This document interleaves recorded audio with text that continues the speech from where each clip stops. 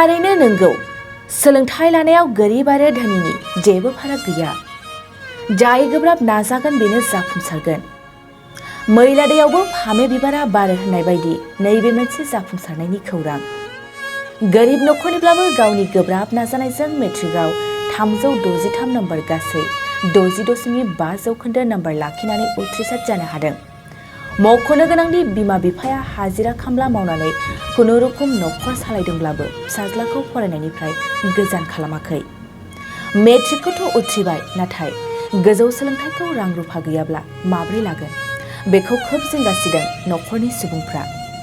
दुखुथिया फरायसानि मुङानो जाबाय महम्मद आब्दुल हान्ना, बाक्सा मुस्लिमपुर गामिनि थागिबि। बे समाव गावनि गोजौ सोलोंथाइनि थाखाय बयबो सुबुं अनफावरिफोरनिसिम अनसुंथाइ बिहरदों फरायसा महम्मद आब्दुल हान्नाया। अनसुंथाइखौ नोंथांमोना बिमा फाजिला बिबिनि SBI account number 360924938191 IFSC code SBIN 0005243 आव हरनो हागोन। लोगोसेनो 9707537100 जानबुं अनजिमायावबो सुलाद लाहरनो हागोन। नमस्कार, मोर नाम मोहम्मद आब्दुल हान्नान। আমাৰ গাঁওখনৰ নাম হ'ল ভৱানীপুৰ বি ব্লক। মই যোৱাকালি মেট্ৰিকৰ ফলাফলত ফাৰ্ষ্ট ডিভিজন হৈ পাছ কৰিছিলোঁ। মই বহুত কষ্ট কৰি পঢ়িছিলোঁ, মানে 4 ঘণ্টামান পঢ়িছিলোঁ। মই 363 মাৰ্ক পাবলৈ সক্ষম হৈছোঁ।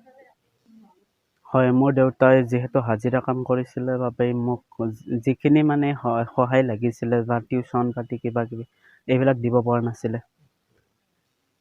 মোৰ আহি থকা মই আৰ্টছ পঢ়িম বুলি ভাবি আছোঁ। আৰ্টছৰ মোৰ ঘৰৰ অৱস্থা বহুত বেয়াই, মানে সেই দেউতা যিহেতু হাজিৰা কাম কৰে। মা কি কাম কৰে? ভূঁই ৰোৱা কাম কৰে। মা বাৰিষা কালত ভূঁই ৰোৱা কাম কৰে। মই অসম তথা অসমৰ ৰাইজক আহ্বান জনাব বিচাৰোঁ যে মোক যাতে অকণ আকৌ আগুৱাই যোৱাৰ বাবে সহায় কৰে। নমস্কাৰ, হয় মই আব্দুল হান্নানৰ টিউশ্যন শিক্ষক হয়। যোৱাকালি যি হাইস্কুল শিক্ষান্ত পৰীক্ষাৰ ৰিজাল্ট ঘোষণা কৰিলে, এই ল'ৰাজন অতি দৰিদ্ৰ পৰিয়ালৰ ল'ৰা হয়। ঘৰৰ অৱস্থা একেবাৰে তথৈবচ।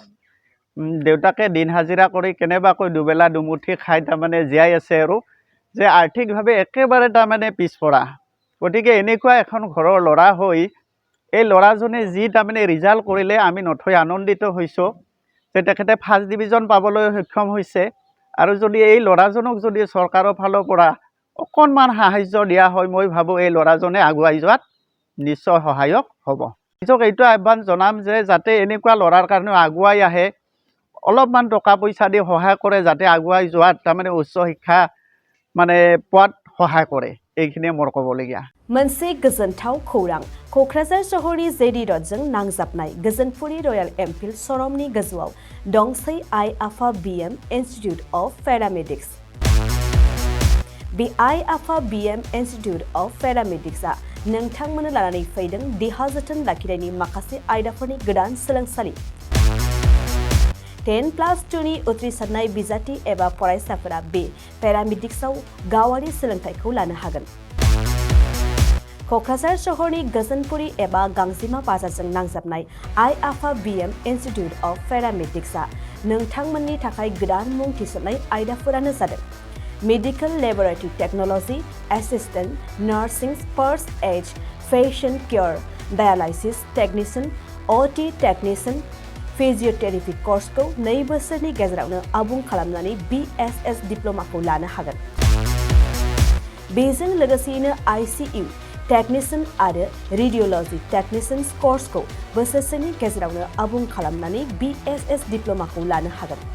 लोगोसे गासैबो डिप्ल'माखौ लानायनि उनाव सरकारि साख्रि मोननायनिबो सुबिदा दं। जुदि नोंथांमोनहा बेफोर कर्सनि थाखाय गोदानै मुं थिसननो गोसो दंब्ला आइ आफा BM इन्स्टिट्युट अफ पेरामेडिक्सनि नैबे मबाइल नम्बर 9821663110 एबा 6002559220 आव थोंजों सुलाद ला।